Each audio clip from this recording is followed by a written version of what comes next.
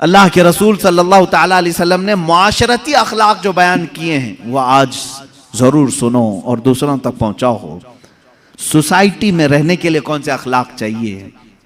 आप एक मुआशरे में रह रहे हैं, एक मोहल्ले में रह रहे हैं, आपके अखलाक कैसे रहें?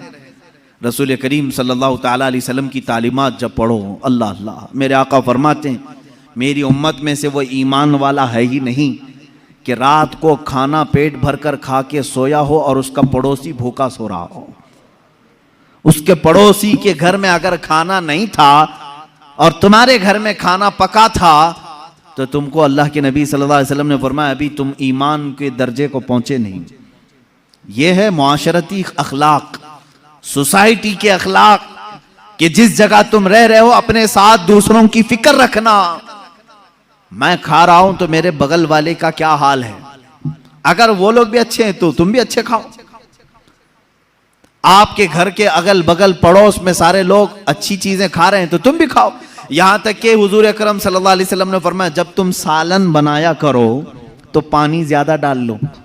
क्यों? पतला सालन खाना अच्छा है? पतला सालन खाना अच्छा है? हुजूर पाक सल्लल्लाहु ताला अलैहि वसल्लम के तालीमात का मफहूम मैं बता रहा हूं।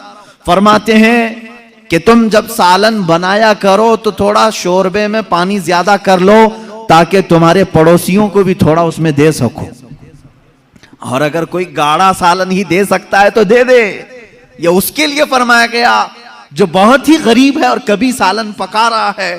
फरमाया गया तू भी अकेला मत खा, तेरे सालन में थोड़ा पानी ज्यादा करके दूसरों को भी शामिल कर ले। ये सोसाइटी के अखलाक है।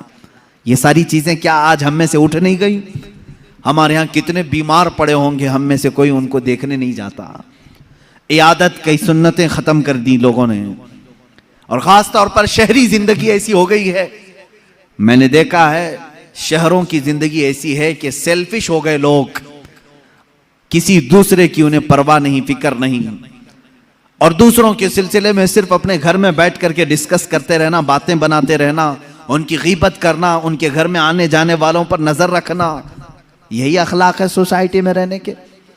सोसाइटी में रहने के अखलाक ये होनी चाहिए कि एक जिस्म जिस तरह से हो कि अगर हाथ को दर्द करे तो पूरे जिस्म में बुखार आ जाए। अगर मोहल्ले में एक बीमार हो तो सारे लोग फिक्रमंद हो जाएं और सब दुआ करें कि अल्लाह मेरा पड़ोसी बीमार है, उसे तू जल्द शिफा अता कर। ये ईमान वालों का मुआशरा है जो मेरे आका सल्लल्लाहु ताला अलैहि वसल्लम के अखलाक का एक शाहकार है। हुजूर पाक सल्लल्लाहु ताला अलैहि वसल्लम ने मदीना तैयबा में वही अखलाक पैदा किए। क्या आपको मालूम नहीं हो मशहूर हदीस, एक सहाबी के घर गोश्त की भुनी हुई सरी बकरी की आई, यानी गोश्त तो भुना हुआ उनके घर आया। उस सहाबी ने देखा, शोहर बीवी थे, खाने के लिए बैठे, भूखे भी थे। उन्होंने सोचा पड़ोसी को दे देते हैं। उन्होंने पड़ोस में भिजवा दिया। पड़ोस के घर गोश्त आया, उन्होंने देखा खाने के लिए लजीज है, भूख भी लगी, कहा मेरे अपने पड़ोसी को दे देता हूं।